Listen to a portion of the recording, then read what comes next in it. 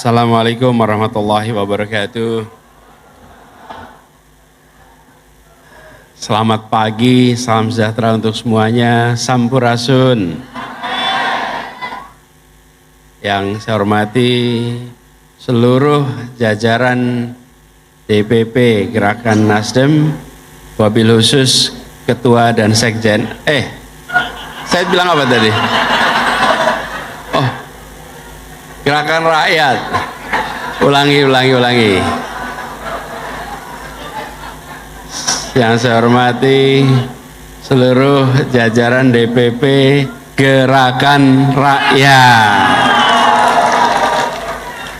Wabil khusus Ketua Umum dan Sekjen. Tepuk tangan untuk Ketua Umum dan Sekjen. Kemudian seluruh jajaran Dewan Pakar, wabil khusus Ketua Dewan Pakar Profesor Zulfikar, dan semua saja para peserta kelas kader Gerakan Rakyat.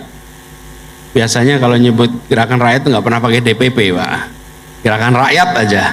Tahu-tahu sekarang ada DPP, ada DPW, DPD, DPC.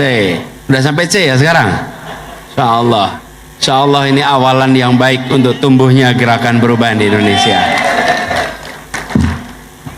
Jadi teman-teman sekalian, saya dengar tadi pagi sudah ada beberapa sesi. Saya dapat tugas bicara tentang Indonesia. Dan gerakan rakyat ini tumbuh besar dari rakyat kebanyakan. Betul nggak teman-teman?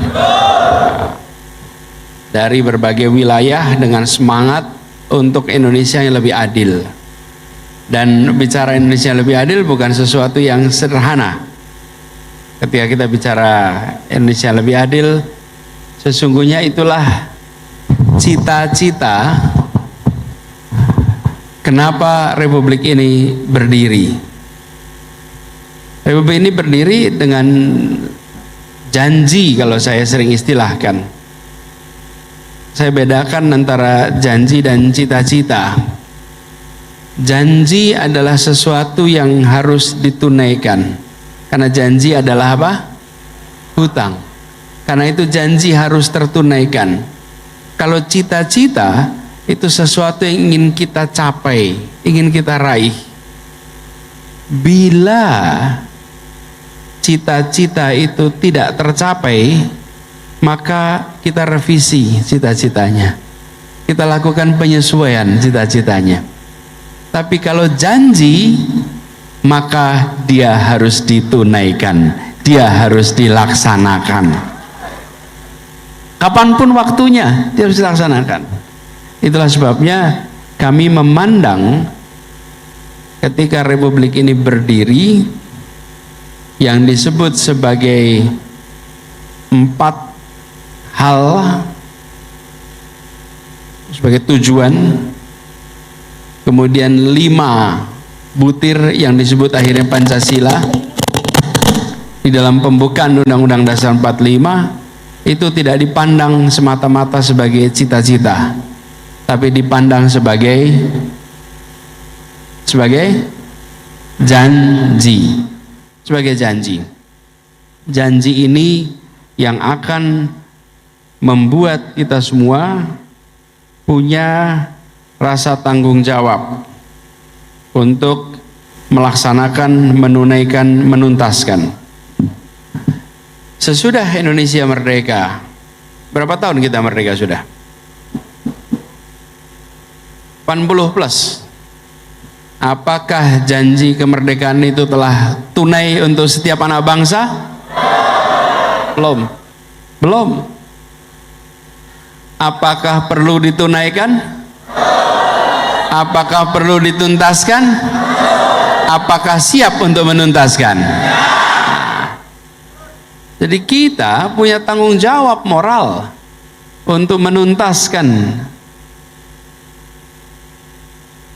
Terus sekalian, ketika Indonesia itu dipandang sebagai bagian dari diri kita dan diri kita bagian dari Indonesia, maka kita punya rasa tanggung jawab.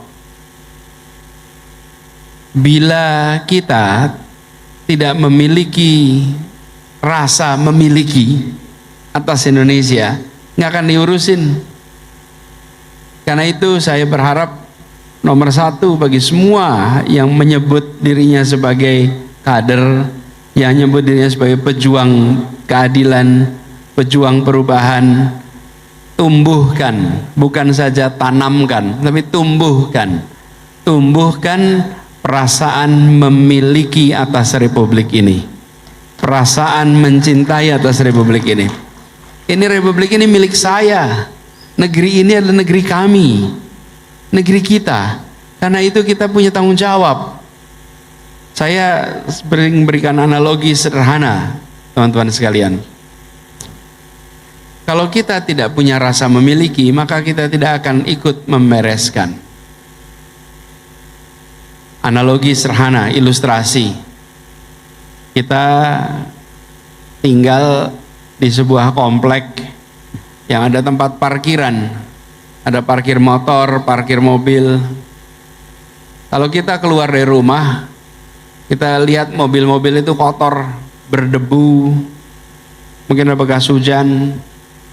Lalu kita akan bersihkan mobil. Yang kita bersihkan mobil siapa?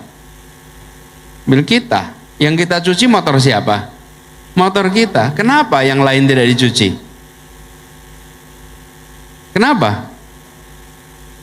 Orang lain, punya orang lain, bukan tanggung jawab kita. Yang kita bersihkan, yang kita cuci adalah mobil yang milik kita, motor yang milik kita. Kenapa? Karena akhirnya kita memiliki rasa memiliki tadi, sehingga kita bersihkan, kita rawat. Yang lain ada motor, ada mobil yang berantakan, kita sambil tengok, nggak terawat betul mobil ini, nggak terawat betul motor ini, tapi tidak kemudian kita turun tangan dan menyelesaikannya. Rasa memiliki itu menjadi penting. Karena itulah bagi kita semua yang menginginkan Indonesia lebih baik, nomor satu, tumbuhkan rasa memiliki atas republik dan seluruh tanah air yang ada di dalamnya, sehingga kita mau turun tangan, mau peduli. Lalu PR yang kita miliki besar sekali. Saya sampaikan agenda besar yang menurut kami harus kita sama-sama kerjakan. Kita ingin Indonesia kita ini utuh, dan Indonesia kita ini memberikan kesempatan setara untuk semua berkembang. Disebut sebagai Indonesia sebagai satu kesatuan. Dia melewati beberapa fase, seperti juga yang hadir di sini. Kalau boleh saya lihat acungan tangannya, yang sebentar jawab dengan acungan tangan nanti. Kita ini kalau ada sesuatu yang kata semoga, siap-siap amin, belum tahu semoga apa. Betul kan? Kan semoga sehat walafiat, amin, betul kan? Kalau semoganya buruk gimana? Ya jangan diaminin. Tapi kita ini begitu ada semoga, nggak dengerin lagi amin. Oh, bahaya itu. Nanti itu dimanfaatkan oleh sebagian orang gitu nanti. Nah ini teman-teman, acungkan tangan yang datang dari luar Jakarta.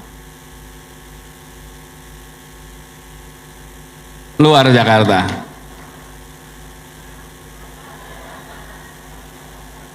Siap, terima kasih. Acungkan tangan yang datang dari Jawa Barat. Siap. Acungkan tangan yang datang dari Sumatera. Siap. Acungkan tangan yang datang dari Kalimantan. Acungkan tangan yang datang dari Sulawesi.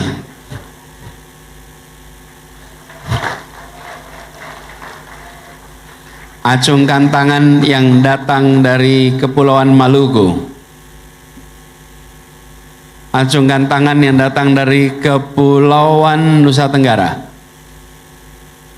Acungkan tangan yang datang dari seluruh wilayah Papua. Tepuk tangan buat semuanya. Saudara sekalian, kita berkumpul di sini menjadi satu karena Indonesia. Kalau kita perhatikan, kita melewati beberapa kali proses menjadi Indonesia ini. Pertama adalah ketika gagasan Indonesia muncul. Indonesia itu adalah sebuah konsep akademik yang kemudian berkembang menjadi konsep politik. Ketika kita memutuskan sebagai bangsa untuk atau membentuk sebuah gagasan bangsa, kita menyepakati di tahun 1928 tiga hal yang amat penting. Apa saja itu? Kita menyatakan satu bangsa Indonesia. Yang kedua, satu tanah air Indonesia. Yang ketiga, satu bahasa persatuan bahasa Indonesia. Bukan satu bahasa ya, satu bahasa persatuan. Ini adalah peristiwa penting di mana yang tadi berasal dari berbagai wilayah menyepakati untuk menjadi satu kesatuan bangsa. Itu imajinasi, itu gagasan, itu pikiran. Ini dahsyat. Belum ada negara, kita sudah menyepakati bahasa persatuan bahasa Indonesia. Belum ada negara. Di banyak tempat harus ada negara baru menyepakati bahasa bersama. Kita satu bahasa. Konsekuensinya apa? Kelas kader gerakan rakyat diselenggarakan tanpa perlu penterjemah. Nggak perlu penterjemah di sini. Coba kalau dulu tidak ada kesepakatan, apa yang terjadi hari ini? Ada yang bicara bahasa Sunda, ada yang bicara bahasa Jawa, ada yang bicara bahasa Bugis, ada yang bicara bahasa Manado. Betul tidak teman-teman? Lalu di belakang sana ada penerjemah yang semuanya mendengarkan kita bicara. Kita sekarang nggak menganggap itu penting, nggak menganggap itu relevan. Seakan-akan itu biasa. Kenapa? Ya karena kita semua sudah bisa bahasa Indonesia. Dulu tak bisa bahasa Indonesia. Di Senen, dalam catatan sejarah, Pasar Senen itu tahun 30-an penuh dengan kursus bahasa. Bahasa apa? Bahasa Indonesia. Orang datang dari mana-mana datang ke Jakarta untuk kursus bahasa Indonesia. Yang dari Jawa ya bisanya bahasa Jawa. Sultan Takdir Ali Sabana itu menyelenggarakan kursus bahasa Indonesia. Ini menggambarkan bahwa gagasan itu ditumbuhkan dengan kesepakatan anak-anak muda. Lalu kesepakatan itu ditaati oleh semuanya, lalu berbondong-bondong. Ciri menjadi orang Indonesia apa? Bila bisa berbicara bahasa Indonesia. Di situ kemudian jadi Indonesia. Dan itu dahsyatnya Indonesia. Apa yang terjadi? Bisa bahasa Indonesia, bisa bahasa setempat. Bahasa setempatnya ratusan pula. Dan apa yang terjadi? Tidak pernah ada konflik. Bahwa ya saya berasal dari Jogja, saya berasal dari Bandung, saya berasal dari Manado, dan saya Indonesia. Gak ada masalah. Itu jadi satu. Ini sebuah terobosan jenius yang setelah membuat Indonesia seperti memiliki lem. Lem itu apa? Perekat. Perekatnya apa? Bahasa menjadi perekat pertama. Dan akibat ada bahasa Indonesia itulah pertemuan-pertemuan, publikasi-publikasi menggunakan bahasa yang sama. Uniknya teman-teman, saya ingin garis bawah ini, dan ini menjadi pesan bagi kita semua. Ada kebesaran hati dari kelompok pengguna bahasa yang besar, di mana bahasanya tidak dipaksakan sebagai bahasa persatuan. Apa kelompok bahasa yang besar? Bahasa Jawa, bahasa Sunda. Betul tidak teman? Bisa tidak mereka memaksakan? Bisa, kalau mau bisa. Tapi tidak. Ini pelajaran penting untuk gerakan rakyat, bahwa kerukunan terjadi karena kerelaan untuk menempatkan kepentingan bersama di atas kepentingan-kepentingan kecil yang ada di sekitarnya. Nih, ada kepentingan bersama. Masing-masing menyadari plus minusnya. Kita sedang membutuhkan satu perekat yang membuat kita punya perasaan setara, punya perasaan bersama. Sementara ada bahasa-bahasa yang memang ada stratifikasi dalam bahasa itu, sehingga untuk sebagai bahasa bersama kompatibilitasnya dipandang tidak tepat. Itulah kedewasaan. Saya sering membayangkan bagaimana rasanya Jong Java pulang dari Kongres Pemuda sampai ke kampung halamannya ditanyai sama orang-orang tua di kampungnya. Pertanyaannya, kenapa tidak diperjuangkan bahasa kita jadi bahasa bersama? Apa jawabannya coba? Inilah yang saya maksud tadi dengan kematangan. Jadi ini yang satu, yang pertama, menjadi satu bangsa, dikerjakan di tahun 1928. Satu bangsa Indonesia. Yang kedua, kita kemudian tahun 45 menjadi satu negara. Negara Indonesia, 1945.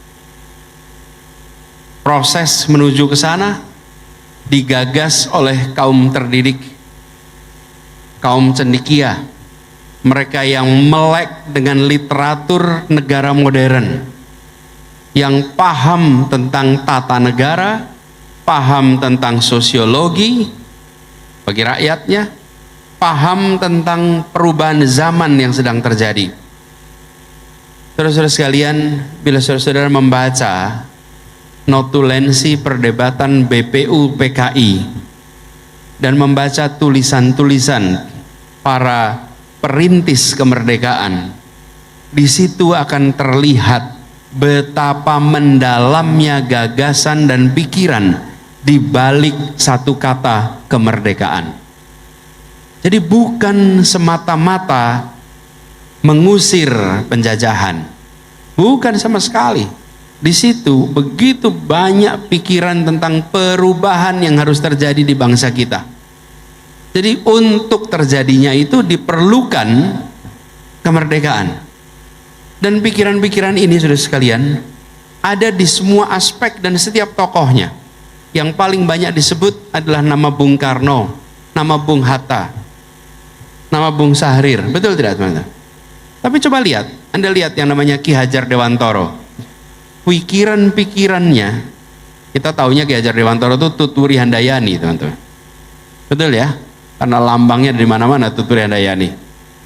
Ada dua buku besar, Gagasan Pendidikan dan Gagasan Kebudayaan untuk bangsa Indonesia. Ditulis di tahun 30-an, 40-an. Dan kalau ada yang membaca tulisan Ki Hajar Dewantoro sekarang, ditulis tahun 30-an, tentang konsep pendidikan bagi bangsa kita, lalu melihat yang dikerjakan di Finlandia seperti sama, dan kita akan terbengong-bengong. Bisa Ki Hajar Dewantoro sudah memikirkan ini tahun 30-an, dan kemudian lihat di Eropa Utara, di Skandinavia, konsep yang sama itu dijalankan, teman-teman. Di negeri ini tak dibaca konsepnya, apalagi dilaksanakan. Saya pernah tugas di Kementerian Pendidikan Kebudayaan. Saya masuk kementerian, di hari pertama saya masuk, saya tanya, udah ada yang baca belum buku Ki Hajar Dewantoro? Dan ternyata di kementerian itu pada tidak ada yang baca. Jadi saya salah satu hal pertama yang saya lakukan adalah saya beli buku Ki Hajar Dewantoro, minta kementerian beli, diberikan kepada semua pejabat yang ada di Kementerian Pendidikan Kebudayaan, supaya semua baca apa yang ditulis Ki Hajar Dewantoro di tahun 1930-an. Karena yang kita baca Tuturi Handayani, tapi pikiran besarnya. Dan ketika kita pesan ke taman siswa di Jogja, taman siswanya kehabisan stok, saking sudah tidak pernah ada yang cari lagi dan beli lagi. Ini ilustrasi, teman-teman, bahwa yang disebut sebagai fase perjuangan menuju 1945 itu bukan semata-mata orang berbondong-bondong, yuk kita rampas kemerdekaan dari Belanda, dari Jepang, bukan. Ini hasil pergolakan pemikiran begitu banyak pribadi-pribadi di sana. Dan pribadi-pribadi itu memunculkan pikirannya dalam bahasa Indonesia, dalam dokumen tertulis, di dalam pidato-pidato. Karena itu kalau menyaksikan itu semua, tidak ada bangsa yang tidak terpesona melihat perjuangan intelektual Indonesia menuju kemerdekaan. Tidak ada yang tidak terpesona. Kalau Anda perhatikan, proses itu penuh dengan gagasan. Karena itu, ketika Indonesia merdeka pula, teman-teman baca pembukaan itu, kita akan kagum betapa pikiran-pikiran besar itu muncul dalam satu halaman yang padat. Kalau bahasa sekarang daging semua itu isinya, dan dagingnya nggak pakai lemak di situ. Tidak ada kata-kata tak bermanfaat yang muncul di situ. Setiap kata-kata di situ penuh dengan makna. Kadang-kadang kalau kita baca itu kan kita lihat mana ini, where is the meat gitu, mana dagingnya nih, kok tulang semua. Kalau ini daging semua dan tanpa lemak. Ini menggambarkan teman-teman menuju satu negara sebagai sebuah perjuangan bangsa yang solid. Nah, ini satu. Yang kedua, Indonesia menjadi satu negara. Apakah selesai perjuangan kita dengan satu negara? Tidak. Kenapa tidak? Karena pada fase itu kita masih terpisah-pisah dengan gagasan federasi sebagai kompromi dengan mantan kolonial Belanda. Lalu muncul mosi Natsir untuk menjadikan Indonesia sebagai negara, kembali konsep negara kesah. Ini satu yang ketiga, satu bangsa, satu negara, satu kesatuan. Tapi pada saat itu masih ada satu lagi yang belum. Antar pulau dibatasi, dipisahkan oleh air, oleh laut. Yang lautnya itu dianggap sebagai wilayah internasional. Coba Anda bayangkan, Laut Jawa isinya kapal-kapal internasional, kapal perang internasional, dan itu bukan wilayah Indonesia. Selat Makassar itu wilayah internasional. Selat Sunda wilayah internasional. Semua wilayah internasional. Jadi yang disebut wilayah Indonesia cuma tanahnya saja. Sementara kita kemarin bicaranya tanah air. Ini peristiwanya saya dengar anekdotal. Para sejarawan mungkin bisa memverifikasi. Bung Karno berada di Cirebon. Ada yang di Cirebon nggak di sini nih? Ada Cirebon. Tadi di depan saya dengar ada Cirebon. Bung Karno datang ke Cirebon bersama dengan Juanda, bersama dengan rombongan tentunya. Pada saat itu melihat ada kapal-kapal asing yang berada di sekitar pelabuhan Cirebon. Lalu tanya, ini banyak sekali kapal-kapal asing. Ya memang ini wilayahnya kan wilayah asing. Muncul kesadaran baru bahwa ini PR. Bukan tidak tahu, tapi muncul pemantik. Iya ya, ini harus kita bereskan. Dan kemudian muncul deklarasi Juanda 1957. 1957 deklarasi Juanda mengatakan bahwa seluruh wilayah air yang berada di dalam dan di antara pulau-pulau adalah wilayah Indonesia. Kita menyebutnya wawasan Nusantara. Kita klaim itu. Seluruh air itu berada di wilayah Indonesia. Apa yang terjadi, Bapak sekalian? Ketika kita mengklaim itu, dunia tidak mengakui. Dunia bilang sorry ya, gitu. Kami tetap lewat di situ. Kami tetap lewat di situ. Nggak diakui. Apa yang terjadi? Indonesia berjuang untuk mendapatkan pengakuan itu dari mulai tahun 57 dan perjuangan itu berakhir tahun 82. 25 tahun memperjuangkan di kawasan diplomasi internasional memastikan bahwa wilayah air adalah bagian dari kita. Dan akhirnya tahun 1982 keluar kesepakatan United Nations Convention Law of the Sea, UNCLOS, dan mengatakan dunia mengakui bahwa kawasan perairan di dalam wilayah Indonesia menjadi milik Republik Indonesia. Teman-teman, ini adalah satu bangsa, satu negara, satu kesatuan, satu wilayah. Ini satu yang keempat. Satu yang keempat. Alhamdulillah.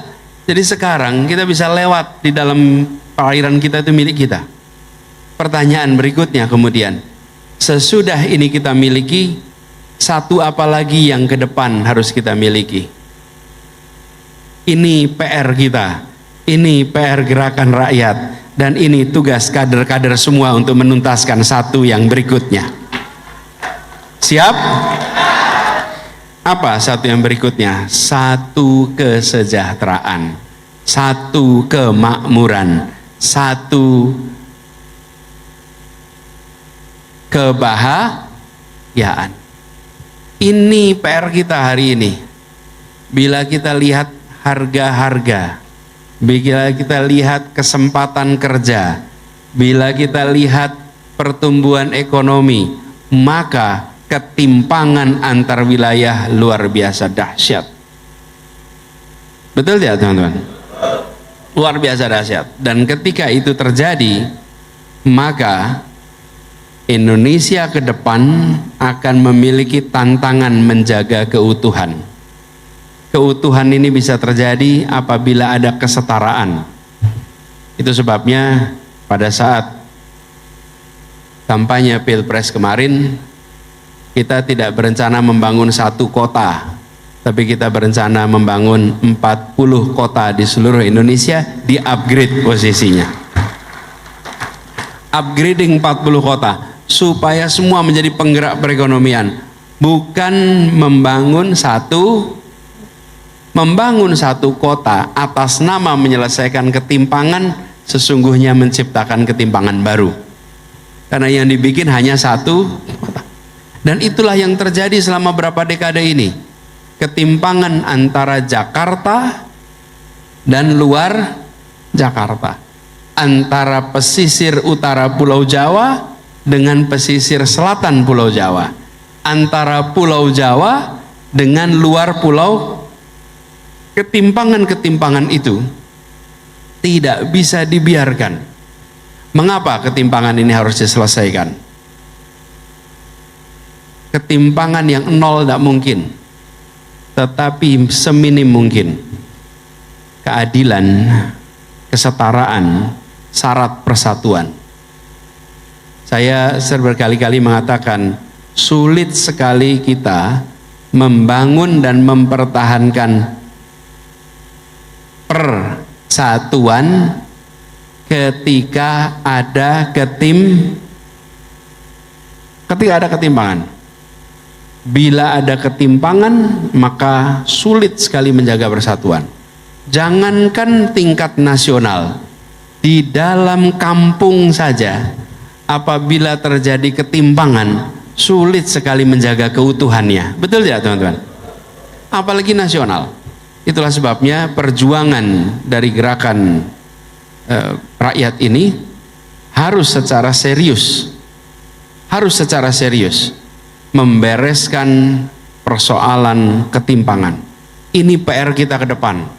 Jadi buat kader semua di kelas kader gerakan rakyat, sadari bahwa agenda Indonesia ke depan adalah Indonesia yang setara, Indonesia yang berkeadilan, Indonesia yang minim ketimpangan. Dan itu sebabnya simpul-simpul dan penggerak-penggerak pertumbuhan, kesejahteraan tidak boleh dibiarkan berkumpul di satu wilayah, harus disebarkan ke seluruh wilayah. Strateginya pernah kita bahas berkali-kali. Saya usul pada teman-teman yang menjadi kader untuk membaca, untuk mereview tentang strategi ini. Kenapa teman-teman? ini akan bisa menjelaskan kepada semua yang berminat untuk ikut bersama-sama dengan gerakan rakyat bahwa gerakan rakyat bukan tentang satu orang. Gerakan rakyat bukan tentang politik Jakarta. Gerakan rakyat adalah tentang mendorong kemajuan bagi semua di seluruh wilayah Indonesia. Jadi kader harus bisa menjawab untuk apa. Dan ketika jawab untuk apa, untuk wilayah kita bisa mendapatkan kesempatan berkembang. Kesetaraan ini teman-teman sekalian menjadi penting sekali. Memang yang paling mudah dipotret adalah ketimpangan antar wilayah, paling mudah dipotret karena ini statistiknya paling mudah. Tapi ketimpangan sesungguhnya bukan hanya itu. Ketimpangan yang terjadi adalah ketimpangan antara kota dengan desa, ketimpangan antara yang terdidik dengan tak terdidik, ketimpangan antara yang bekerja dengan tidak bekerja, ketimpangan antara yang punya akses pada sumber perekonomian dengan yang tidak punya akses pada sumber perekonomian. Berbagai aspek ketimpangan ini harus diselesaikan sama-sama. Dan PR dari gerakan rakyat adalah menyadarkan semua bahwa jika Indonesia ingin maju, makmur untuk semua, maka ketimpangan harus jadi problem yang kita selesaikan, diprioritaskan. Tidak ada pilihan. Nah, kita melihat akhir-akhir ini persoalan ketimpangan tidak menjadi perhatian serius. Kenapa saya katakan begitu? Hampir semua yang mengelola negeri ini menegaskan pentingnya pertumbuhan ekonomi. Pertumbuhan ekonomi itu penting, pertumbuhan ekonomi itu baik, tapi kita membutuhkan pertumbuhan ekonomi yang berkualitas. Di mana bedanya pertumbuhan ekonomi berkualitas dan tak berkualitas? Pertumbuhan ekonomi yang tidak disertai pemerataan, dia adalah pertumbuhan ekonomi yang tak berkualitas. Pertumbuhan ekonomi yang bersamaan dengan pemerataan, dia adalah pertumbuhan ekonomi yang berkualitas. Indonesia ke depan harus mendorong pertumbuhan ekonomi yang berkualitas.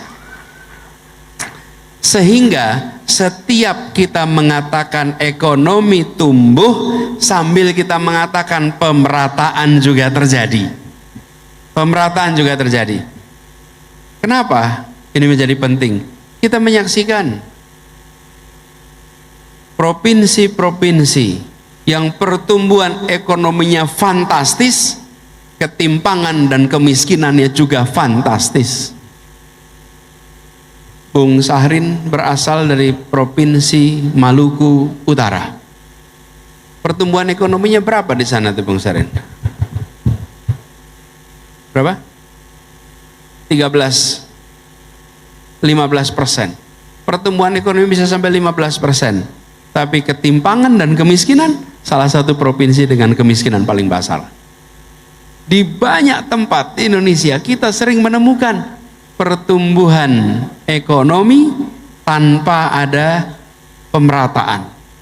Teman-teman sekalian, ini bukan yang dicita-citakan, ini bukan yang dibayangkan, ini bukan yang dijanjikan ketika para perintis kemerdekaan memikirkan Indonesia di masa lalu. Yang mereka pikirkan adalah bagaimana kita membangun negara untuk semua golongan, membangun negara yang memberikan keadilan sosial, membangun negara yang memberikan kesempatan yang sama bagi semua.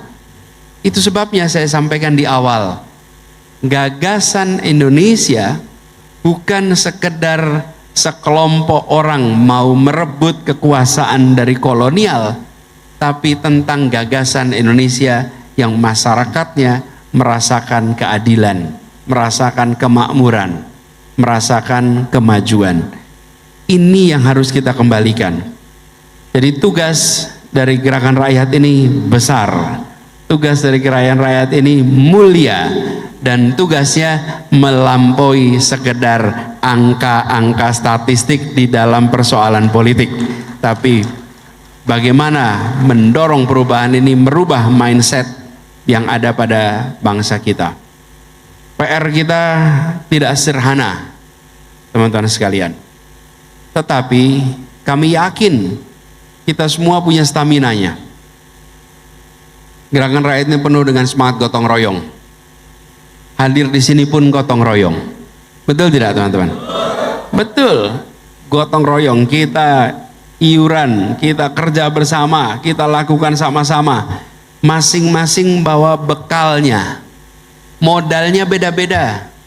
Ada yang modal gagasan, ada yang modalnya jaringan, ada yang modalnya finansial, macam-macam modal, kumpulin. Tidak bisa disamakan modalnya, beda-beda modalnya, kumpul, lalu menjadi sebuah kekuatan. Nah ini teman-teman sekalian, ke depan kekuatan, keikhlasan, kerukunan, semangat gotong royong ini harus dijaga. Yang paling banyak terjadi di negeri ini adalah sulitnya menjaga orang baik bekerja bersama terus-menerus. Mereka-mereka yang niatnya koruptif, yang manipulatif, selalu mudah bekerja sama. Cukup samanya 20% bisa akur. Tapi yang orang dengan niat baik, keinginan baik, gagasan baik, seakan-akan samanya harus 100% baru akur. Kalau ada samanya 80% sulit akur, bedanya 20%. Tapi yang niatnya koruptif, yang niatnya manipulatif, samanya 20% akur, sama 20%. Gerakan rakyat harus rukun, harus bisa menjangkau semua, harus bisa bersahabat dengan semua.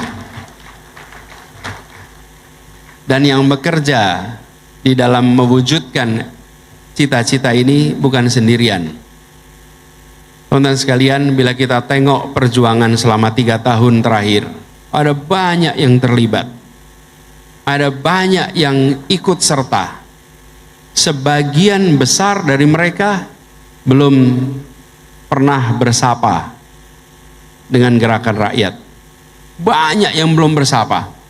Karena itu bagi seluruh yang hari ini bergabung, sapa semua, ajak semua, sopan dengan semua, rendah hati dengan semua, dan jangan pernah mengklaim kami yang paling benar, kami yang paling tepat. Ajak semua dalam gerakan perubahan untuk Indonesia yang adil makmur. Kita meneruskan. Banyak yang belum tersapa, dan itulah tugas kita, tugas semuanya. Supaya apa? Seperti juga saat gagasan Indonesia ini muncul, dia menawarkan gagasan tapi juga dengan kerendah hatian. Dengan kerendah hatian. Teman-teman, kalau kita ingat-ingat ya, lihat posisi mereka. Yang nama-nama besar yang ada di BPUPKI, nama-nama besar yang ada di dalam daftar perintis kemerdekaan, itu mereka latar belakangnya orang-orang sekolahan, rakyatnya buta huruf, tetapi mereka tidak pernah menempatkan dan mengirimkan pesan yang merendahkan rakyatnya, yang menyepelekan rakyatnya, tidak pernah. Semuanya dengan pesan yang menggugah, semuanya dengan pesan yang menyanjung. Mungkin teman-teman pernah dengar, saya berkali-kali berikan cerita tentang Bung Karno pernah bilang, beri saya 10 pemuda. Lalu apa? Saya akan apa? Beri 10 pemuda, saya akan guncang dunia. Pertanyaan, Indonesia lagi buta huruf waktu itu. 90%, 95% penduduk buta huruf. Jadi kalau ada 10 pemuda yang buta huruf, berapa persen kira-kira? 9. Jadi kalau kumpulin 10 pemuda, 9 buta huruf. Kira-kira dari 9 pemuda buta huruf, guncangan apa yang bisa diberikan untuk dunia? Coba teman-teman. Tapi Bung Karno tidak pernah bilang, saudara-saudara semua 95% buta huruf, berat betul berjuang dengan saudara-saudara sekalian. Apa yang kita bisa kerjakan dengan masyarakat yang masih buta huruf? Nah.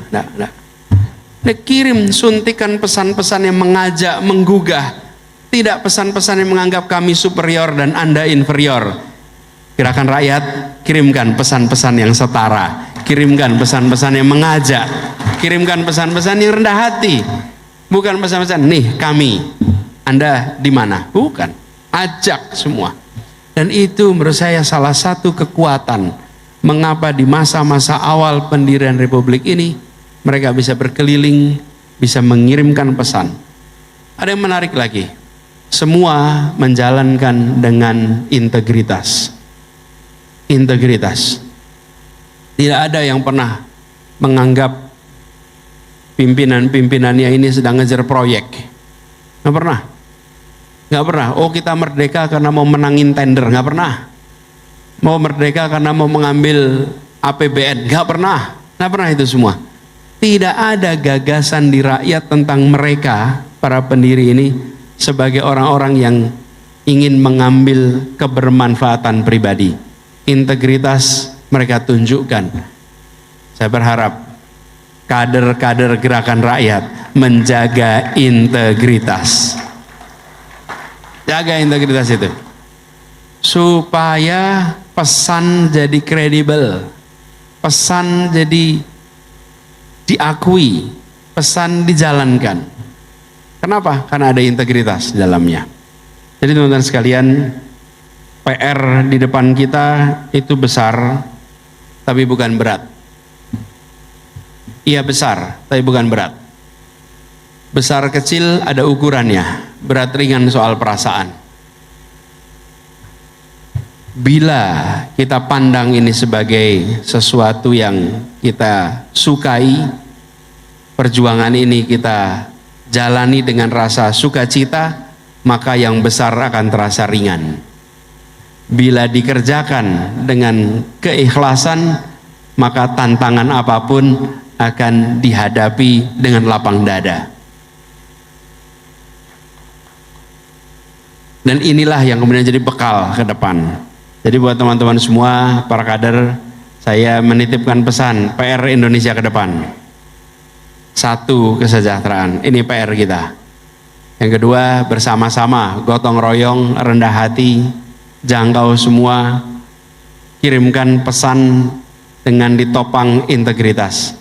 Dan semangat kerukunan, semangat gotong royong, terus dipegang bersama. Ini sebagai pengantar dari saya, silakan Bung Moderator untuk mimpin kalau ada yang mau bertanya, nanti kita bisa dialog sudah ini. Terima kasih. Assalamualaikum warahmatullahi wabarakatuh. Waalaikumsalam warahmatullahi wabarakatuh.